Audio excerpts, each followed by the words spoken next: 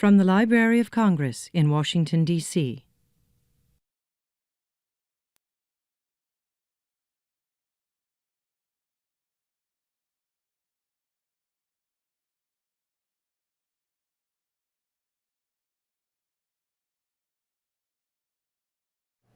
So let me welcome you all to the African and Middle Eastern Division on this beginning of spring season and New Year. And Happy Nowruz to all of you. And I'm Mary Jane Deeb, Chief of the African Middle East Division, and I'm delighted to be able to greet you this way, since we have Professor Fatemeh Keshavarz with us to open this season with her new book, Lyrics of Life, Saadi on Love, Cosmopolitanism and Care of Self. What could be a more auspicious title with which to start the new year?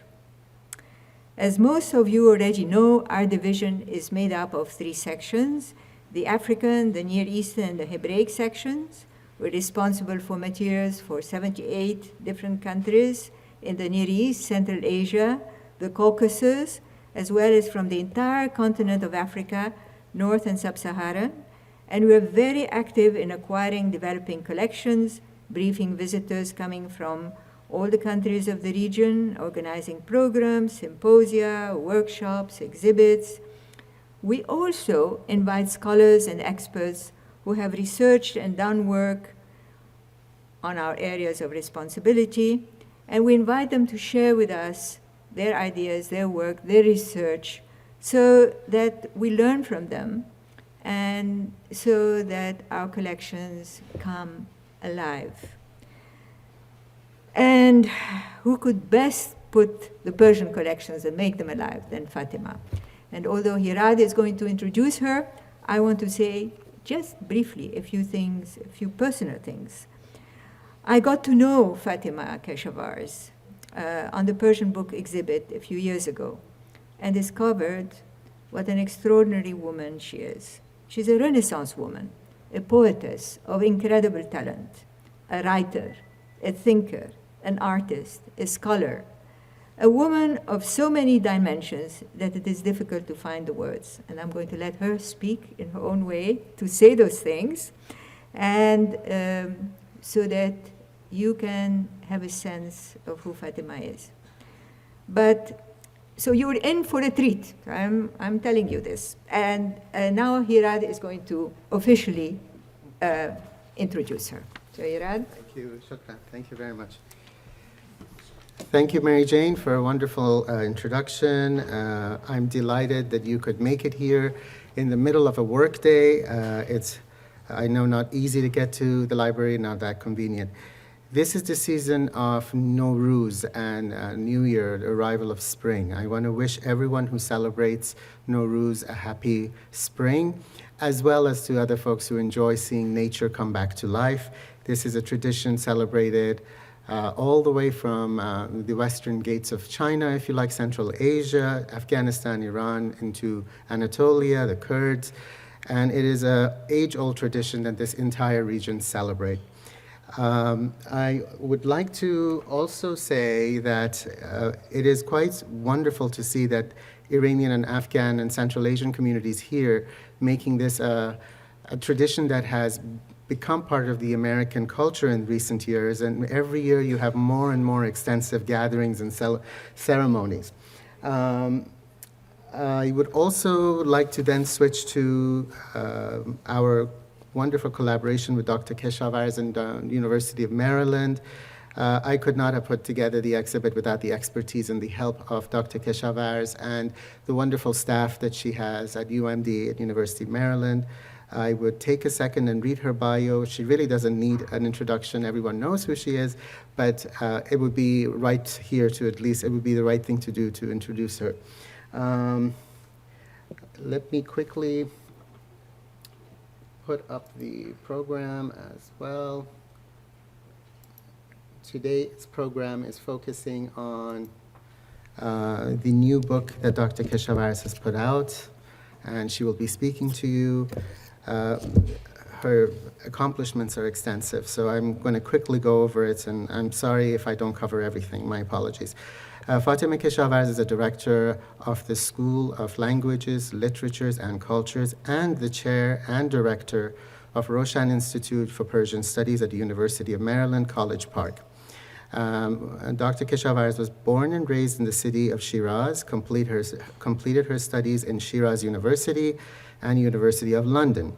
She taught at Washington University in St. Louis for over 20 years, where she chaired the Department of Asian and Near Eastern Languages, Literatures from 2004 to 2011. In 2012, Dr. Keshavarz joined the University of Maryland as a Roshan Institute Chair in Persian Studies and Director of Roshan Institute for Persian Studies. Dr. Keshavarz is the author of award-winning books, including Reading Mystical Lyric, The Case of Jalaluddin Rumi, Recite in the Name of the Red Rose, and a book of literary analysis of social commentary titled Jasmine and Stars, Reading More Than Lolita in Tehran. She has also published other books and numerous journals and articles. She is a published poet in both Persian and English, an activist for justice and peace. She was invited to speak at the UN General Assembly on the significance of cultural education.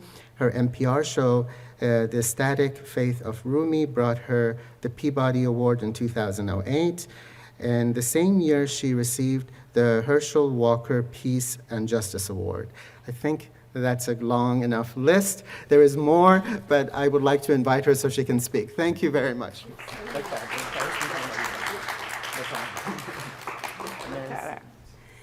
Thank you so much. I'm really speechless. Thank you. I hope that what I present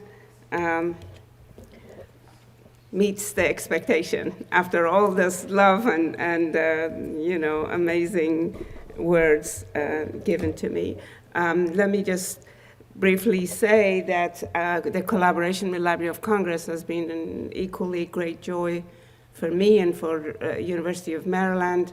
Just being in this amazing space dedicated to learning and to supporting those who work to learn is in itself epic, really, and we're wonderful to be, feel wonderful and wonderfully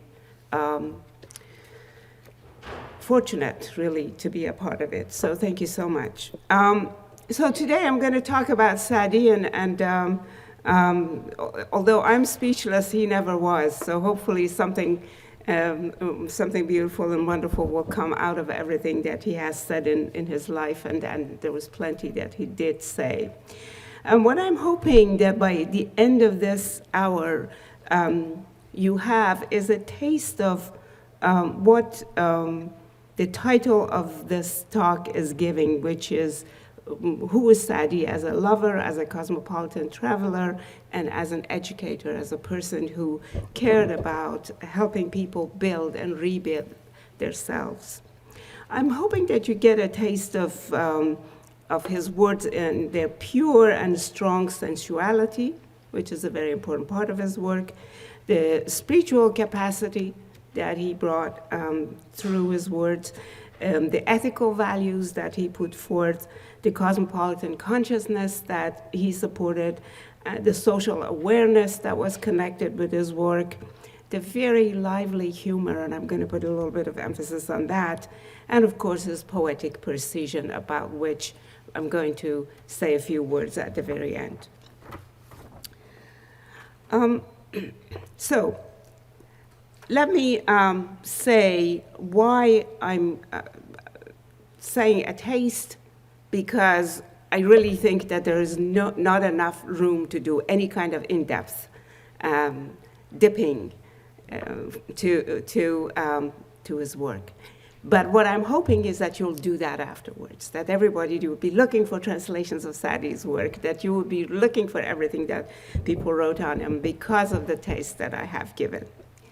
Let me also, by way of a methodological note, say that I believe that every work of criticism, of analysis, has to go in two different directions. It has to analyze and criticize the subject matter that it is focusing on, and it, at the same time, has to stay critical of itself. In other words, it has to, what you are doing and why you're doing it and the way you're doing it, as the analytical person, as the person providing the analysis, has to be at the same time, more or less even on the same level that your analysis of the other work goes. So why am I writing on Sadi, for example? He is virtually unknown to English speakers. He was a trendsetter. Now, a lot of people will say, there are many ways to study literature. You don't have to just go to big names, great men, particularly. Most of them were great men. But I would say that many traditions have their great people not yet known, not yet brought out into the consciousness, of the literary consciousness of the world at large, and Sadi is one of them. And that he represents, in many ways, a very diverse and very complex literary tradition. So it's not just him, it's what he carries with him through the centuries. He's also very keen on experimenting with a wide range of generic possibilities. So he almost leaves no generic form untouched, except for, I think, Rubai, the short quatrains. I don't know that he ever really showed that much interest in that form. And he penetrates this temporal distance that we have, which is 800 years. It's not a joke. And he really speaks with you as if he's a poet sitting next to you, writing his words today. And despite all of this, he went through the 20th century as not only not really very well known, but heavily criticized, particularly by Iranian critics, but many others as well. And as we look at the work that he produced, that should come to the surface why that happened. I mean, part was because he had such mastery of the language, it almost seemed magical. And so people began to think of him as something of a wordsmith, something of a magician with words, and really didn't do much focus on the content. Others criticized him for praising kings, and we're going to talk about that a little bit. So for all these reasons, I thought that here's somebody to talk about, besides the fact that it was really great joy to read him again and to write about him. Now, in terms of dates, his dates are 1210 to 1291. We are not absolutely certain about the date of his passing. That's true of many people of that era. Also because he became a legendary figure. I mean, it was really impossible to be a Persian speaker and not know something of Sadi. There's so many anecdotes where you go somewhere and somebody discovers in Tajikistan, in Uzbekistan, in India, that you are a Persian speaker, and the first thing they say, as Sokhanan Sadi Chadari, what do you know of Sadi's works? So when you get to that level, people give you the kind of velvety cloak of invented stories. So there's also a lot of invented stories about him. 14 trips to Mecca. You know, who knows if he really traveled to Mecca 14 times or not. But we're going to try to see who he is through his work. And I think that is a good, decent way of doing it. Although, you know, not everything that everybody creates is absolutely factually true about who they are, but it's a version of telling themselves. So it's an important version of telling themselves. So the other methodological point I'm bringing to your attention is that I'm going to foreground his poetry, and I'm going to go with that. Now, there's analysis, there's theoretical discussion, but I'm not going to foreground those. I don't think those are there in order to be the main topic of discussion. They're kind of there to help you move forward, to find your way around, and I try to keep them where I believe they need to be. Now, the first thing Sadi is a lover par excellence. He is a lover. Nobody can ever argue with that. That's sensual, this worldly, as well as the spiritual. And it's fantastic that he doesn't really try to separate the two that drastically. And you know, that is actually true of some other medieval poets of the Islamic tradition as well. And that's a different story all by itself, that the division of the body and the soul as the exalted and base happens later on, and it's much more a kind of a European influence on that debate. But let's go back to that. He's a lover par excellence. یکم شبی که در آغوش شاهد شکرم گرم چو عود بر آتش نهند غم نخورم چو التماس برآمد هلاک باکی نیست کجاست تیر بلا گو بیا که من سپرم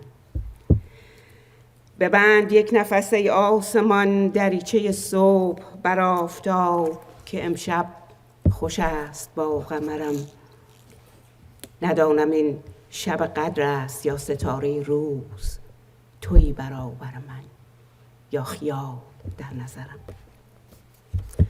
Tonight that my sweetheart is holding me tight if they burn me like aloe wood I'll feel nothing but delight When you have what you want, death has no meaning. Arrows of hardship fell on me. I will not fight. Tonight, my moon and I are ecstatic, being together. Tell the heavens to close its gates on sunlight. Has the star of dawn risen? Is this really you? Or are my eyes deceiving me? Perhaps this is the night of power, that luckiest and most blessed of nights. Oh, how I want us to sleep in the orchard and take in the garden scent if the birds of dawn wouldn't agitate and wake us before the morning light. With these eyes that are looking at you this wonderful moment, tell me, how do I ever contemplate any other sight?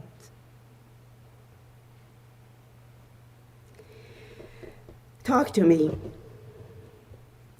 There are no strangers here, just the two of us. All right, there is that candle. I'll cut its tongue and take away its light. Now there is nothing between us except this garment. If it keeps us apart, I'll tear it open with love's joyful might. And I just want to tell you that this is a ghazal that, you almost any educated Iranian would know at least partly by heart. And I initially translated this as a gift to my wonderful student Matthew Miller and his wife when they got married. And I read it on their wedding. But the very last one, the garment, there's only this garment between you and me, and if it keeps us apart, I'm going to tear it open with love's might. That's written on my father's tombstone. He requested that. He requested that because he saw the body as the garment, and he saw the passing as an embracing of the beloved. I just want to give you a taste of how diverse, how versatile this understanding of the line can be, and how this idea of being a lover moves in many different directions, not just one linear way, in many different directions. And Saadi is indeed one of the best literary embodiments of it, keeping the body and the soul together, the wedding and the passing together, life in all its complexity. Now, the next thing I would like to say about Saadi is that he was a seasoned traveler. For 30 years in his life, like when he was very young, he left Iran, he went to Baghdad, he studied there, and he actually became a professor in the Nizamiya of Baghdad, but then he left. He left and he traveled for almost 30 years. we are told, and in many ways it's quite possible, that he went westwards as far as Africa and eastwards as far as China. There are fictions about the travels too. He wrote about them too. And you know, he said himself that جهان دیده بسیار گوید دروغ. Those who travel much tell tall tales. So, right, okay. Don't take everybody I say, everything I say as factual, which I think is absolutely wonderful because it says that he understood factuality in a different way. He understood his perception of what he saw on the way and around the world as his way of bringing the world to his readership, whether it was always absolutely factually accurate or not, did not matter as much. Now, that also gave him a sense of the world, which I think much of the world did not come to develop until far later than that. I'll give you a story. So دریا یا من برا اومد کسی بسی دیده دریا یا من برا اومد کسی جهان دیده دریا و هامون بسی or something like that. Okay. عرب دیده و that's what I want. عرب دیده و ترک و تاجیک و روم ز هر جنس در نفس پاکش علوم.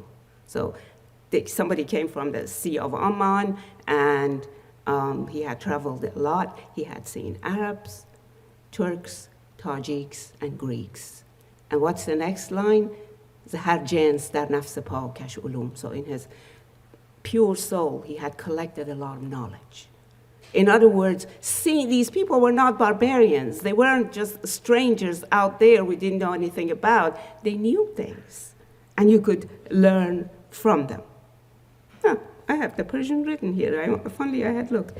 Okay, so when he comes back after the 30 years of traveling, he comes back to Fars, to the province of Fars and city of Shiraz, and where Abu Bakr Sa'd Zangi is the ruler, and so he begins to compose some of his great works like Golistan and Bustan to actually dedicate to the ruler and to the broader public, which he is very aware of in terms of wanting to see his work. Now, when he does this, with it, there is also praising of the kings, which was very, very common at the time, and it's the process of madh. He talked about how powerful they were. He also talked about who they should be, something that a lot of other people of his time didn't have either the weight or the courage to do. Now, the critics didn't take lightly to this. Somebody like Jan Ripka, for example, says, well, what can I say about somebody who praises Holocaust and also praises the person who kills Holocaust? And, you know, but I think that what we missed in this is to actually look at these words of praise and see what they are.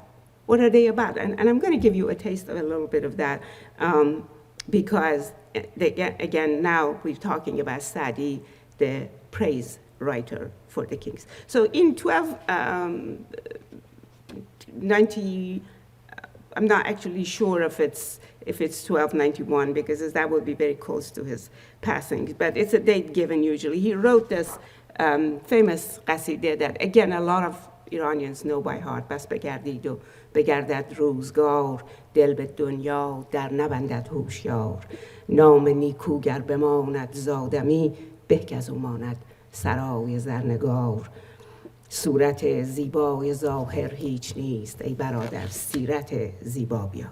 So he wrote this beautiful poem dedicated to Holocaust, and you can tell from the beginning of this, much as the world turned and turn it will, the wise do not get attached to that which does not keep still. Do whatever you can when you are able to, before old age takes the strength from you. So this is the beginning, is very clearly addressed to a much broader audience than Enkianu or any other, other ruler or great person. And then he does something which is also very traditional, which is going back to the authoritative voice. That is the old fables and books of kings. That in the old fables and books of kings, there are tales of Rostam, immortal Esfandiar, and such things, is for the rulers and the owners of wealth to understand that the world was before them in other people's hands.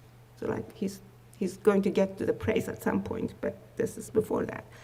Those are all gone, but blinded with greed, we do not seem to learn a lesson to take heed. So still talking to people, okay, and Keanu is there too. And by now, he has established the power of his voice and the power of his words, and it's really through the majesty of the words that he has the authority to do it. The king knows how much people value this, okay? Sadi also knows there is something called too much advice to those in possession of power, so he's kind of watches his steps. I am talking to you, who were an oblivious cell, then grew into a suckling babe, and who could tell that in no time you would be grown and all ready to greet life as a cypress-figured beauty. More time passed, you made yourself a name, as brave on the battlefield as in any hunting game. Whatever you saw did not stay still. Do not think that it now or ever will. So, you want to read it as talking to people, but battlefield, all this beginning to really address the king. Sooner or later, this form of yours, so beauteous and fair, will be dust, and even then scattered in the air. Surely the gardener will pick the flowers all, and those which he does not pick perish and fall. This all amounts to nothing. Things which you cannot own, happiness, victory, being in command, sitting on the throne. Indeed, leaving a good name behind is much better than an ornate palace adorned with gold and silver. So there is now, no doubt, who is being addressed, and Sadi becomes more specific. What will next year bring? Nobody would know. Or the friend we had last year, where did he go? And so, that is also very much in line with the historical events in Shiraz. I mean, people have been coming and going, and Keanu is very aware of that. So before the passage of time and the turning of the wheel takes the reins from your hands and you lose the deal, sow your seeds for the harvest. Do not idly sit. If you want a treasure, get working for it. Since God has given you greatness and power, do not look down at the poor from your ivory tower. Since the heavens have given you the upper hand, to those who are under you, be gentle and kind. Those who come to apologize and to confess, protect their lives, show them forgiveness. And then he becomes even more specific, because the kings used to defame people who came before them. So he says, do not defame the good names of other people. Think of those who come after you, and so on. And finally, Sadi, say whatever you know without hesitation. The truth must not be told except in the open. The one who is not held back by fear or greed speaks in the face of the enemy without heed. I pray for the nascent fortune of our great king. So we've got to the praise.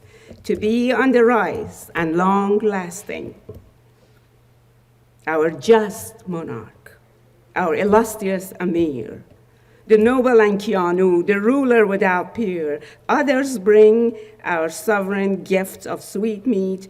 I pour the jewels of my words at his feet. People usually praise and panegyrize the ruler. I offer him my simple words of prayer. O Lord, please steer him towards kindness and make his life long and prosperous. May forever your wishes be fulfilled and your enemy vanquished in the battlefield. I think that really rests the case for praise. Because there's a lot more to that poem. I really shortened it because we don't have time for all of that. At some point, God comes into the picture, but it becomes like a triangle: people, God, ruler. It's a kind of a very complex interaction between the two.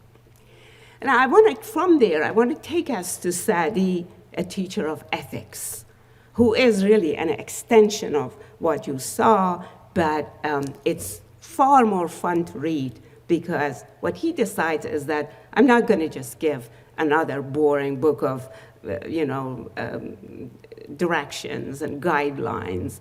I'm going to tease people out of the situations they are in so that they begin to think. And, he's very Foucauldian in the sense that power flows in the society. Freedom also flows in the society. You have to find your ways to navigate your freedom. You learn your rules of decency. Sometimes you just evade something if you need to. It's very practical and very open about it. But in all of it, he's teaching. He's teaching his ethics. There's a long story that I'm not going to really get into, and that is there's this king is drunk and is singing, and he's saying that there is no better moment in the world. I'm having this great time, and of course there's this homeless man who is sitting outside and hearing the king. And he says, if the king doesn't have any worries on his mind, may he have some for the likes of me. We are in need. And the way you hear the homeless man and really accept him is because Sadi gives him the exact same eloquence that he gives the king. So you have to hear him. He has this powerful poetic logic about which I'm going to say a little bit at the very end. So the king gets very embarrassed, and he says, hold your cloak so I can throw a pouch of gold or whatever down for you. And he says, I would if I was wearing one. And so he doesn't have really good clothes on either. So the king goes down and gives him something. And then this guy turns into, of course, doesn't know how to spend his money. He has never had money to know how to manage it. So he spends it, it comes back and makes the king angry. And then the vizier comes in and says, you made a lot of mistakes. First of all, you gave him too much. Secondly, you gave him all at the same time. Thirdly, you cannot be kind. And then when people come to you, turn them away with anger. That doesn't describe greatness. So in that one story, you actually see all the different dimensions of how to communicate, how to deal with the larger society if you own something. So when people say Sadi wrote a lot about rich people, yes, but he talked about how they should live their lives as well, and he also had a lot of room for non-rich people. And then not everything that he says is really quite as elaborate as that. Sometimes it's very, very brief. There is this young boy who wakes up every morning and prays, and is very proud of being able before sunrise and pray, and that's of course very difficult for a young person and probably Sadi himself. I don't know. So he turns to his father at some point in the morning and he says, none of those folks rise to offer a humble morning prayer to the Lord. So deep Are they in their heedless slumber that they might as well be dead? And the father does not miss a beat. He says, if you have risen to spy on others, judging by what you just said, you too, my dear son, would be better off in bed. So it really is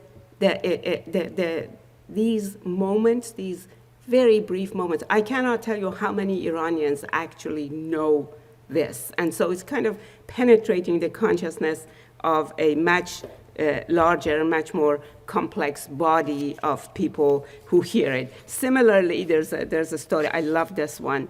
There are two boys talking, one of them is rich and the other one is poor, and the rich boy says, unlike your father's tomb, he brags, my father's is decorated with beautiful calligraphy written on a hefty piece of marble inlaid with turquoise. How interesting, observes the poor boy. Before your dad moves beneath the weight, mine has reached paradise. So you have Sadi, the ethical teacher or the ethicist, really using a language which is very reachable, very beautiful, very humorous, and that is what keeps the word. The book is still taught in schools in Iran, in university and in schools, because you can really go to it at different levels. But I'm going to focus for the ending of this pretty much on what I describe as Sadi, the comedian, and I really mean the comedian. Excuse me, I'm nursing an ending of a cold, so. And I even thought about calling him a jester, because he does a lot of jesting. But I didn't go for the word jester, because jesters are usually in courts of kings, and that he did not do that. It isn't in that setting, so jester would not have been the right word. I went for comedian because it's very humorous, he jests, he runs around, you never know where he's going to show up next in the next line. You know, he's talking to you, he's suddenly talking to somebody else, very, very playful. But also he's very alert, very witty, streetwise. He uses a language that he doesn't use in the other more formal kinds of ghazal writing. And he's a survivor. And I'll tell you why in a second. So for this he uses a form called tarjih band. Tarjih band is like a ghazal. You read a body of lyric poetry, then you come back to a refrain that gets repeated. Okay, so this refrain keeps the whole thing together very tightly, but allows you to move around in the middle of the ghazals. So it's a combination of freedom and also being bound by rules. Now, a lot of Iranians are going to recognize this. Sarv boland qamat dost, wah wah ke shamayelت چه نیکوست. در پای لطافت تو میراد هر سرو سهی که بر لب جوست. نازک بدنی که می نگنجد در زیر قبا چو غنچه در پوست. مه پاره به بام اگر براید که فرق کند که ماه یا اوست. Okay, I'm going to give you a translation in a second. So this comes finally, actually let me give you the translation first because it helps then putting it together. A figure so fine it cannot tolerate clothes, tearing them open like a bud blooming into a rose. Standing on the rooftop where the moon will appear, who can tell if it is the moon or her? An armful of flowers. No, she's a full garden. And not just any, but the Garden of Eden. Are those fragrant polo balls she hides under her dress? Or is it the aroma of her breath, sweet as ambergris? So, this is the sensuality I'm talking about. It just runs through the whole thing. But then you come to the refrain, which is بنشینم و صبر پیش گیرم دنباله کار خویش گیرم. So every ghazal is ended with I go about doing my own things. waiting patiently for whatever life brings. No commitments, I have nothing to lose. I'm just this very plain, poor, ordinary person, and inserted into this is extreme moments that other forms of lyric do not allow. Like در پیش لطافت تو میراد هر سرو روان که بر لب جوست. May every cypress tree on the edge of a stream be a sacrifice to your beauty supreme. So the exaggeration is on the surface. It wants you foregrounded. It wants you to see it. And then there is a lot of also, I am an outcast. Nobody cares about me. Everybody's blaming me. بسیار ملامتم بکردن کن در پی او مرو که بدخوست. ای سخت دلان سست پیمان این شرط وفا بود که بی دوست. بنشینم و صبر پیش گیرم دنباله کار خویش گیرم. So they blamed me. They said, don't go after her. She's going to ruin your life. And I tell them, you are hard in the heart and weak in emotion. Is this what you call loyalty? Is this what you call devotion? That I go about doing my own things, waiting patiently for what life brings? So see how the refrain is completely transformed. A moment ago it was, I'm going to go about doing my own things and, I don't care. Now it's like, are you telling me to go about doing my own things? And this, every ghazal opens a new window. Suddenly we find ourselves in the company of animals. I'm like a bird who went after a seed and fell into a trap. Like a wolf who coveted the sheep and of course got caught, And you wonder, why is he doing this? What are we getting at? What is this doing in the middle of this love story? And you suddenly, by the time you come to the end, you realize he's telling us each one of us is a zoo. Watch it, feel your feelings, know who you are. Otherwise, you're going to face this bunch of animals that you are, who in many ways are lovely and lively and beautiful. It's not base, but watch it.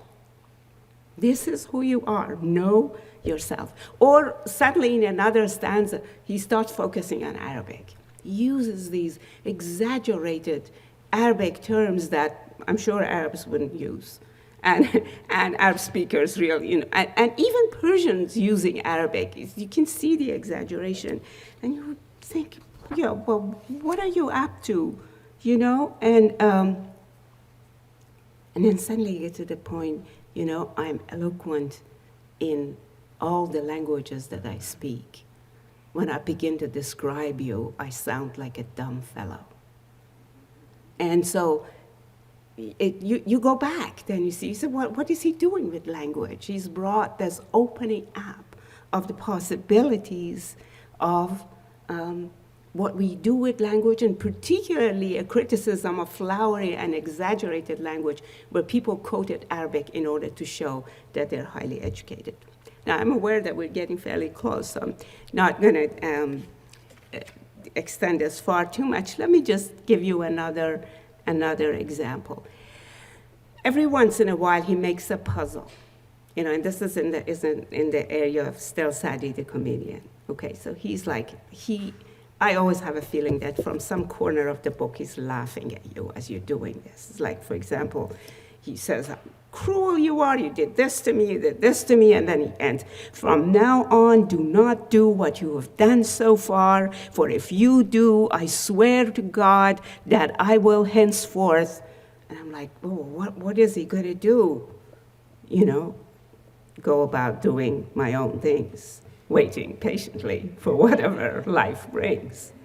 So again, he just tells you that little refrain, these moments in life where we always jump back to, could be translated into so many different things by what comes before and what comes after. And there is a lot more to language than than what the kind of dictionary meaning looking up that very often we get trapped in.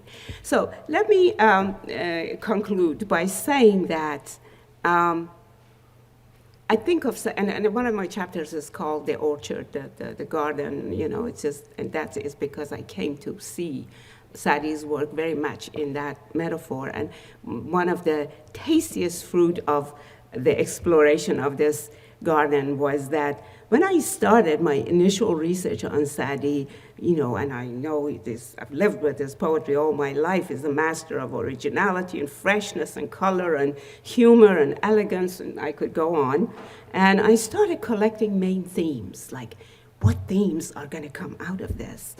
And then I had the shock of my life, because the basic core concepts he dealt with were mostly a dozen or a dozen and a half.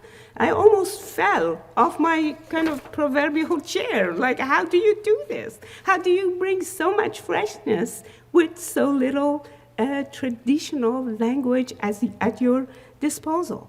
And so I began to read about the concept of repetition, the concept of making things new, and basically explored the concept of speaking. So that might be probably the biggest gift that I got out of this book, and that is, how is that poets create freshness with anything that they touch, even with familiar ideas, and how is it that what they say convinces us, And that brought me to a lot of reading about how language reifies things.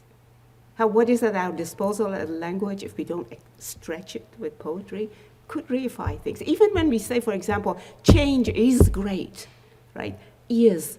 Turns change into a thing, as if change was a thing. Like, this room is great. Whereas, in fact, change is a combination of a set of shifting and evolving moments of emergence, of new ideas, of combinations, of all kinds of variations on the themes. And we manage to kind of, the language takes the ability from us to see that, and that is how great poets come, into the picture by creating the poetic process of revival, rearrangement, shifting, combining the previous patterns, and giving birth to the subtle and constant process of remaking. And I think that is really the key word for Sadi. And just like a million leaves, or a million trees in a garden will not be repetitive, a million leaves on a tree will not be repetitive, in this poetic combination and rebuilding, things are not repetitive. And in fact, they have their powerful poetic logic, and I'm going to give you a taste of it. There's no way to explain it. I'm going to end with that. It's like you can never say what is funny in a joke. You can hear it and laugh at it. Okay. Now listen to this. This is familiar. Hamlet says to Horatio, "There are more things in heaven and earth, Horatio, than are dreamt of in your philosophy." Okay? We never doubt him. Did he really research this? How do we know that? No, Hamlet says it beautifully. Shakespeare says it convincingly. The power of the poetic logic convinces us. Now imagine he would say, "Horatio, I think there are more things in heaven and earth that are dreamt of in your..." It would have destroyed it completely. It would no longer be poetry. So that's what I mean with the power of precision, of convincing power of poetry that Sadi puts such good use. So let me end with 3 lines of his own vision of the heaven and the earth, which we cannot argue with. "The cloak of beauty fits perfectly on your figure, while 100 cloaks are torn by your distraught lover. Every time the sun falls on earth from the heavens, it is prostrating itself in your presence. I will turn into dust and disappear, but behold, on my face the dust of your threshold. Return the heart that you stole in daylight, and I'll stop following you day and night. Thank you.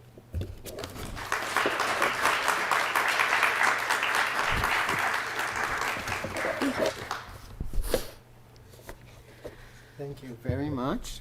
I would like to give people the opportunity to ask some questions. I also wanted to point out we have copies of the wonderful book in the back. At the end, feel free to go get a book, and Fatemeh Jan will be glad to sign it for you.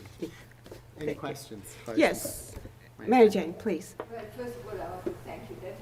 That was wonderful and inspiring in many, many ways. Thank you.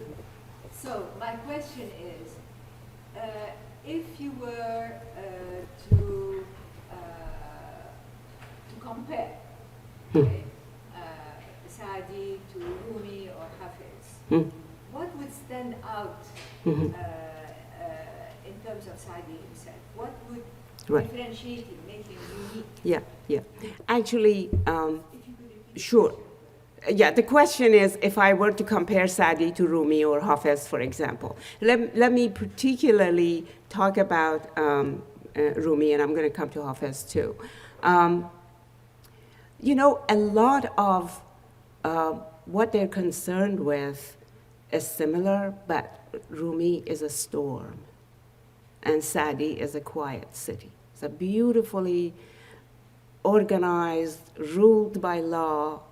You know, he breaks the rules when he likes, but it is, you feel in peace, you're not fighting, you need to learn, you need to fall in love, and then, you know, of course, love is going to have all its ups and downs. For Rumi, you have to break your being into pieces and rebuild it. And I think both of them have a little bit of the other when you look for it, but the dominant is there. For example, when Rumi laughs, it's the world that's laughing, the flowers that open, everybody who dances, everything that grows is the laughter of a universe in love. When Saadi laughs, he's found somebody funny and he's laughing at them. So he brings a lot of, I think, a big dose of down to earth. I was talking to a friend actually who I think is here, now he's sitting there. If you wanted a metaphor, I would say Rumi is here and is trying to reach here. Saadi is here and is trying to connect there. So it's kind of, in a very interesting way, it's a fairly similar trip, but you know, I actually think both of them are, in their own way, very much, very deeply rooted in the social realities of their time. I do not really for a moment agree with that. Some people think that all this exotic poetry is, what does it have anything to do with life? I think it had everything to do with struggle and change and remaking yourself and re-seeing the world and so on. But it's a different kind of perspective. Now, Hafez, about whom I really wish and hope I would have the fortune of doing some work, I think is, in a way, it kind of has overlapping areas with the two, but the way he uses language is completely different. It's very complex. And then he also plays with spaces. Space is very important for Hafez, and I think we have to look at the aesthetics of space if we deal with Hafez. Yes?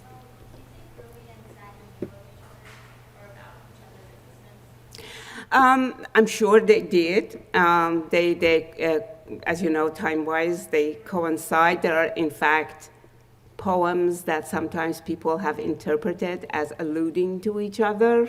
But, you know, I'm not so sure that we have any factual reason. You know, the way I see it is that this language is highly, you know, that what they do is highly intertextual. The tradition and the language carries it. So Saadi is here, but he's many places at the same time. Same is true of Rumi. So in a way, they are in constant encounter with each other through the medium of this overarching, very complex tradition. But in terms of personally having come into contact or written about each other, I don't know of it. I don't think so. Yes, Joe. I know it's incredibly difficult to translate into English, and to me, it sounds beautiful. You've done Thank a you. fantastic job. Could you describe a couple of challenges you faced in Yes. putting it into English, and also how Fatemeh had influenced your own writing? Absolutely. Let me answer the second one first, because I really wanted, translation is a big love of my life, so I'm going to come back to it and be a bit more long-winded. I think the language I have written, I have a book on Rumi, Lyrics of Mystical Love. I think that's written in a language much closer to the language of Rumi, even though they're both in English. Whereas the language I use for Sadi is less abstract, less stormy, much more accessible, and so I think it's an impact of dealing with his poetry. In terms of how he has influenced my education and my thinking about poetry and all that, it would really be impossible. I mean, I grew up with this from the moment I remember. When my mother was upset with us, she would say, "Tarbiyat na'ah ra chun girdakan bar gumbad ast," which is to try to discipline a rascal is like trying to rest a walnut on top of a dome. That's Sadi. Okay, so that it's going to roll down. And of course, she would look very stern and she would say this, but the walnut was rolling down, and so there was laughter, So he was in our lives from that moment, and I think it was an extremely lucky situation. I don't know how to thank my stars for being with the parents whose life was poetry, and we lived in Shiraz and all of that. So he influenced us in all of these. I mean, when I was a teenager, I argued with my dad because I was more Hafiz and he was more Sadi, but then, But in any way, he was there in one form or another. In translation, I really want to say something that I taught translation because I got really interested in it, and I thought, okay, let me read more on translation. And I really came to believe that it's a very original work. If you want to use a metaphor, it's not like putting something in front of you and drawing from it. It's like planting a seed and let it grow. It's like melting a piece of ice which is in a shape and refreezing it in a different shape. There's a lot of originality in what you do, but you have to establish the connection and try your best to stay loyal to it. But I also came to believe that it really, although things are lost in translation, no question about it, but the translation is a lost and found place. You also find amazing things about language that you would have not done so if you were not translating. So I tried to read and absorb and write, and then go back and see, do I need to get closer to him? Is this something that it takes away from what the original is there? But the answer is I enjoy it so much that it's almost like writing poetry. And so I'm absolutely grateful for the fact that he is a translatable poet. He's just, so is Rumi actually. Hafez is far more difficult to translate because there are dozens of interconnections between words and concepts in each line. And God help you if you want to translate him. I would like to segue into the question that Joan asked and essentially mention that the translation issue is interesting. When you were saying the Persian verses, they're gender neutral. The beloved that he's describing could be male, could be female. And your translations are clearly references to a woman.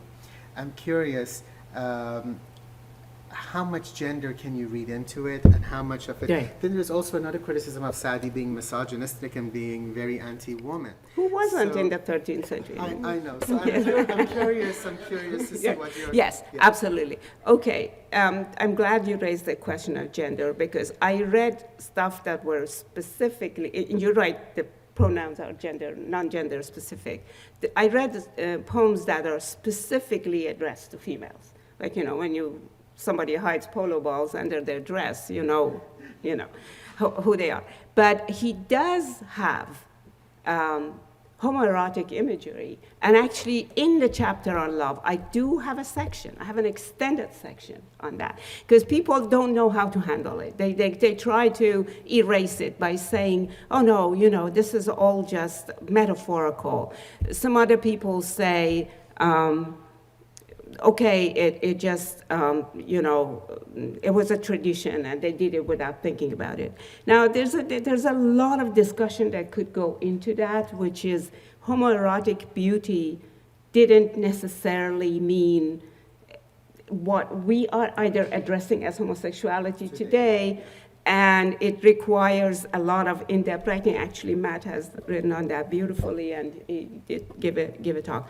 But by no means I want to take away the homoerotic. What I want to say is that what happens in the atmosphere of love makes all of these markers, gender, class, language, irrelevant. And the emphasis is on that love purifies and beautifies and makes it accessible to all. So that is very, not that, you know what I mean. So it's just actually Kristeva has written beautifully on that. There's a book called The Tale of Love. I would highly recommend it to anybody interested in that. She's written beautifully. It's not so much homoeroticism. To me, it's the genderlessness frees the language in a very interesting way. And when you translate it into English, you're stuck. What should I put here? Okay. He or she? You see what I mean? It's a very interesting. You do a number of things. I think if you don't do, that's absolutely true, because the oo, which could be he or she, could be a king they're praising, a beloved, a male beloved, a female beloved, a friend, a master. A lot of love poetry of Rumi was written for Shams. Right. And I personally do not believe that relationship was homoerotic. Although that's a different story and we can talk about it. So there's a whole range of, but in the case of Sadi, there is. I mean, there are beautiful young men he describes, and he says, I don't want to go too near because that's dangerous. I want to get back home and forget about this. So he actually talking about that very, very openly. Now, what you do in translation is that if you think of translation in the sense of equivalency and dictionary, this equals this, we are in trouble. But if you think of translation as you create the context, you give the meaning, then you don't even have to exactly repeat the wording. You make your listener understand that this is what you think the context that is going on, which is exactly why you have to think of translation as far more complex than just, finding the meanings of words and transferring from one text to another. Thank you. That's fine. Go ahead. Yes. Two more questions. You and I'm afraid not at this point. I think they might actually do it. They wrote to me. It's Edinburgh University Press, but I don't think at this point it is. But I prevailed upon them to bring the price down because their prices is. Originally it was $120. You're getting it for $36. So I told them I'm not going to have any book signings because it's ridiculous to stand in front of your friends and students and colleagues and say, pay $120 for my book. So, okay. Go ahead. Yeah, go ahead. You. I wanted to, first of all, thank you very much because there's nothing more beautiful than to spend an afternoon listening to poetry. Thank and you. It was as moving in Farsi as it was in English. Thank you. I did want to ask what the significance of Fatemeh was for Sadi and also The significance of? Baghdad. In Baghdad, okay. Okay, right. Well, first of all, he lost his father very, very young. And he grew up in Shiraz. I think he left Shiraz around the time when he must have been just under 20. And again, we don't have a lot of biographical information about that. What people tell us is that he really wanted a more intense learning environment, and he knew about Nizamiye of Baghdad, and so he went there to study. When he went there to study, actually he stayed longer. So he found the environment very lively, and in many of his little anecdotes, he refers to the days in Baghdad, and in one of them he says that I had a regular income through teaching there, and that's how we know he taught at that point. He does go back to Baghdad, because he does travel a lot, but unless we do really a word search and do an in-depth study of what else he may have said, I think Baghdad is the city of learning, and he actually meets some of his great teachers there and stays in touch with them. So that I can say for sure. I think there was one in the, yeah. Dr. Keshavarz, you've spoken of the context of political economy of Sadi's age, and how, though he is a creature of an aristocratic context, he departs from that tradition meaningfully by voicing commoners and voicing a kind of social antagonism. I'm wondering, in the experience of your scholarship, to what extent that model of a kind of public reason has traveled well into an era of a nation state and a sort of mass democracy. Yeah. Is that still? Okay, so let me first say that probably because he traveled so much, and in some places he was economically he was in difficulty. He ran out of things. He worked and so forth. And even if not all of them would be factually accurate, a part of it would be. So he, when he came back, now the Shiraz he lived in was the Shiraz that the Azad-ud-Dawla, the ruler of the time, wanted to rebuild. And the Ilkhanis wanted to build it back to the Azad-ud-Dawla time. They wanted to make the grandeur that was there before. So when he came back to a city that was fairly prosperous, although it did have, of course, obviously, a lot of poor. So in terms of what has traveled, I think a lot. I think poets, even to this day, and I'm not able to really speak accurately to other Persian speakers like Afghanistan, Afghan and Tajik and so on, unfortunately. But in Iran, to this day, poets are the embodiment of dedication, telling the truth, speaking truth to power, as it were. They really are expected to be superhumans. It's not good enough. That was one thing I discovered when I came out of Iran. Poets are ordinary people who make all kinds of, do things that are not absolutely right. Now, which doesn't mean that Iranian poets don't, but they're not expected to. If you're Ahmad Shamlu or, Furugh Farrokhzad actually said that. He said, they write the most beautiful line and the next day go back to being jealous and petty and, how could you claim to be a poet? So it is a very tightly interwoven expectation that if you are a poet, you would be, you have a responsibility for speaking. Not everybody fulfills that responsibility, but you're expected to. And so I think it has pretty much lasted. Okay, thank you, everyone. You can Thank you. ask questions in person. Let's go to the books. I want to make sure that we get a chance to do the book signing as well. Dr. Keshavarz, as always, fantastic talk, very, very illuminating. Thank you very much. Thanks for everyone for coming and making time out of your busy schedule. Thank you again. Manda. Thank you. Thank you very much. This has been a presentation of the Library of Congress. Visit us at loc.gov.